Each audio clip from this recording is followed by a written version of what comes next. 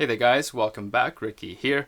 Alright, so last week I released a video of the Whetstone electric sharpener by Chef's Choice versus 3 Whetstones by Sweet Hero. And in that video, my main goal was to see what the differences are in terms of overall finish and overall sharpening experience of a dull knife from using 3 stages on the electric sharpener and 3 stages on the Whetstone, or 3 separate Whetstones. And my conclusion in that video was that the Whetstones were more versatile for many reasons. They can fix chips and gouges on knives. They also give you a much higher polish per grit level, and also you have more visibility and more control as to what part of the knife you are sharpening. And on the electric sharpener side, I've made a conclusion that there are 2 things that I didn't really like about the sharpener. The first was that it leaves a lot of hairline scratches about a ½ inch above your cutting area, from the tip of the knife all the way to the heel. And the second thing that I didn't really like about the sharpener was that it was very hard to see where the actual spinning blades were, or the blades were, and so getting a precise sharpening experience to me was a little bit more difficult. And the other assumption I made, and more or less a theory, was that this sort of sharpener was not, or would not be able to handle knives at the 61, 62 Rockwell and above, fixing chips and gouges that were very deep. And at that time, it was really just a theory. So in this video, I want to test that theory out. And so I took a Shun knife that had 2 major gouges on it. And as you can see here, these gouges are about 2.5 millimeters each. Very, very deep. This would be considered a pretty serious repair for most knife users, including myself. Now, if you guys have been a part of my channel for any length of time, you would know that I would be using Whetstones for this sort of a repair job. And that's what I did in plenty of my videos in the last month or so. You have probably seen 3 or 4 repairs of knives with chips, gouges, broken tips, whatever they are. Whetstones to me are really versatile and very easy because I can control exactly where I sharpen the knives and exactly what grit level I choose. Now, a number of you guys actually requested I do a repair on this electric sharpener here. And so that's what this video is all about. I really want to see if this sharpener can handle a restoration job of a knife's blade. For this particular job, I do not want to go to stage 2 or stage 3. I really want to see if stage 1 can handle a repair. And I didn't do anything extra with this blade. I simply repaired it as if I went by the instructions manual. I know that this sharpener can polish and resharpen a blade fairly well, even though in terms of an actual polish, I think it's equivalent to maybe a 1500 Whetstone equivalent. Before I go to the conclusions and talk about the actual sharpening experience, I want to talk about the actual knife itself. This Shun here is heat treated from a 61 to maybe a 62 on the Rockwell scale, depending on what literature you read.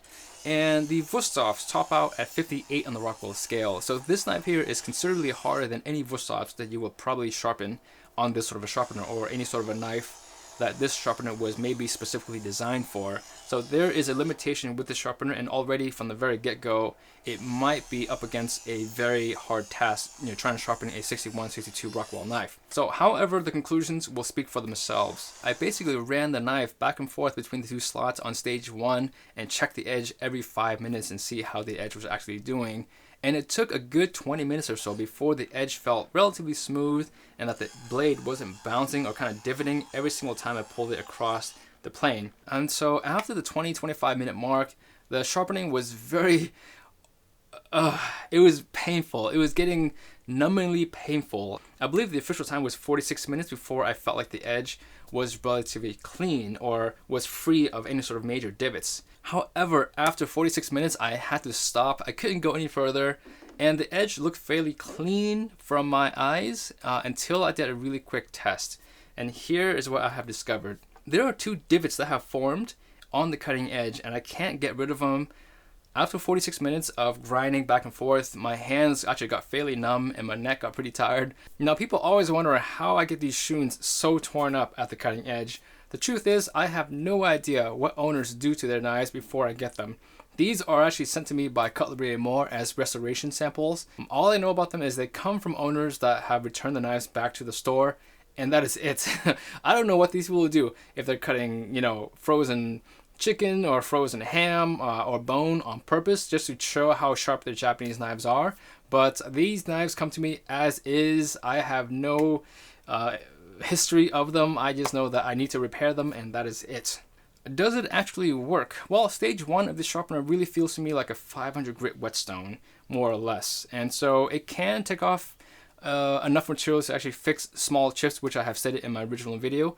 And just to be clear, the way that this sharpener is designed, or electric sharpeners in general are designed, is that you do one single smooth pull from heel to tip, not the other way around, and you don't start in certain areas of the blade. You want to go straight from the heel to the tip in one smooth motion. And the first major reason why I would not use this device for a major repair is because I can't see exactly where the blades are. The blades are hidden. They're hidden behind these fairings, and you don't know exactly where they start and stop. And so because of that, you actually don't really know exactly what part of the blade you're sharpening. You have to count on the fact that you can pull from the heel to the blade in one smooth motion. And because the gouges on this knife were fairly significant, they were actually causing the knife to dip as I was pulling the knife from heel to the tip. I did not think that would actually pose a problem at all. I really thought that over time, the pulling of the knife from heel to tip would eventually straighten all those little divots out. At the end of the 46 minutes after I checked the blade on my table, you can really see those divots actually are there. And for me, that is a big performance issue in the long run. You will hear kind of two pings as I'm rocking the knife from tip to heel. This Kuritsuke here, this Shun Kuritsuke was repaired by me in my backyard. It actually had two gouges that were just as big, if not bigger, than the gouges that were fixed on the Shun today. In case you guys haven't seen that video, it's either posted in the description or I'll post a link to it. But this knife was repaired on top of a retaining wall, a step, and on a brick. And listen to the rocking sound of this knife. Nothing. You can't hear anything. Now this dial strung here was repaired by me a couple of weeks ago as well, and listen to the sound it makes. Yeah, nothing. There's no sound, there's no additional pings, as you would call it. I'll compare them side by side so you can hear them back to back. This is the Shun being repaired today. This is the Shun Kuritsuke that was repaired on my retaining wall in my backyard. This is the Shun again. And here's the dial strung. And so even though this still will work in most cases in any kitchen, over time though, that divot will just kind of exaggerate and get worse over time. Now the issues of the bellies are definitely a performance issue. However, the next issue here is more of a cosmetic issue, and it's hairline scratches. There is no denying that using this sort of a sharpener for this type of knife will leave lots of hairline scratches on your cutting blade. The hairline scratches are about a ½ inch thick, and they run from the bottom of your cutting edge to about a ½ inch above the cutting edge, from the heel all the way to the tip of the cutting edge. If you were to buy a $30, $40 knife, that wouldn't be an issue, but if you're buying a $150 Shun or a $200 Japanese knife with very nice Damascus cladding, that to me would be a huge no-no, which I pointed out in the first video, and a lot of people seem to have a problem with that, which I'm not really sure why, but the last thing you would want is to have a sharpener scratch the living daylights out of that edge or out of that cladding. But correct me if I'm wrong. So in conclusion, all of my theories on the first video really stands. This sharpener is probably formulated for knives under 58 on the Rockwell scale, maybe even up to a 59. Anything from a 60 and above will really be too hard for this particular sharpener here. Again, this is not talking about all Chef's Choice sharpeners. I'm only talking about the Westhoff P-Tech sharpener that I have here. If you have a $30 or $40 knife with a German steel at home, you probably shouldn't buy the sharpener because it costs 4 to 5 times as much as your knife.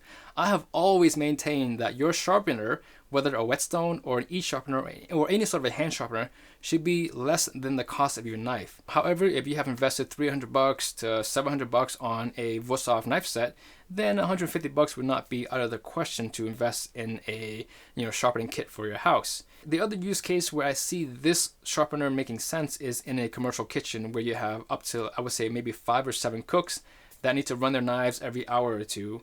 In this sort of a case, it actually may work okay. I would say that if you have more than 7 or 10 cooks, you probably need to be looking at a more robust solution. So do I recommend this Chef's Choice sharpener for people? I would say yes, if you have German knives that are heat treated up to a 58 to a 59 and you had a set of them. So for fixing dull blades, it'll work just fine. For fixing minor chips, I would say up to 1 millimeter, I think it'll work okay. And for knives under a 60 Rockwell, I think it'll work just fine. Am I saying that you shouldn't buy this sort of a sharpener? Not at all. I think it's a fine sharpener for very particular use cases. In the situation where you need to repair a Japanese knife with a Rockwell of over 61 and above, I would say probably avoid it. And for those who have Japanese knives heat treated from a 60 and above, I would recommend you not looking at the sharpener. I simply think that having a whetstone will give you much better results in terms of actual sharpening and polishing. I also think that fixing chips on a whetstone is much easier. You get a lot more control of your knife, and also it's a lot less time consuming. If you guys have watched any of my restoration videos in the past, you know that within 30 minutes I can have a knife fixed of chips, sharpened, and polished. And so with this sharpener here, after 46 minutes, I was not able to get the knife even just sharpened yet. I think once you drop the Rockwell down to a 55 to a 58, this sort of a sharpener will probably really shine. Obviously, I want to hear your thoughts. Am I being biased yet again against the Wurtstoff Chef's Choice sharpener? Do my conclusions make sense? Yes or no? Did I attempt to fix the chips on this knife fairly and objectively? Is this video a paid promotion by Wurtstoff against its own sharpener? Yes, somebody really did say that in the comments of my last video. And a number of you guys commented that Wurtstoff will never send me a review sample again. FYI, Wurtstoff has had me on their do not communicate with list for the last 2 years. So just so you guys know, Wurtstoff has no interest in talking to me at all. I really do mean that. I don't want you guys to take my words as the end-all, be-all to knife reviews and whetstone reviews. I am only one person with one opinion, and my opinions are heavily weighed upon what I need and what I want in a knife and in a whetstone. However, in a case where you're trying to sharpen a Shun knife with a heat treatment of 62 or up to a 62, the Wurtstoff sharpener really hates the Shun. Thank you for watching. Please consider subscribing if you enjoy my content. And for those who want to be updated on all the new videos, please enable notifications. I have new videos coming out every single week. And for those who are curious what my latest recommendations for knives, whetstones, and sharpening accessories are, I will leave a link in the video description to my kit list. And in that kit list, you will see all of the knives that I use, recommend, and everything that I use here in my studio. You will also see a link to my e-store where you can pick up handmade straps that are made by yours truly.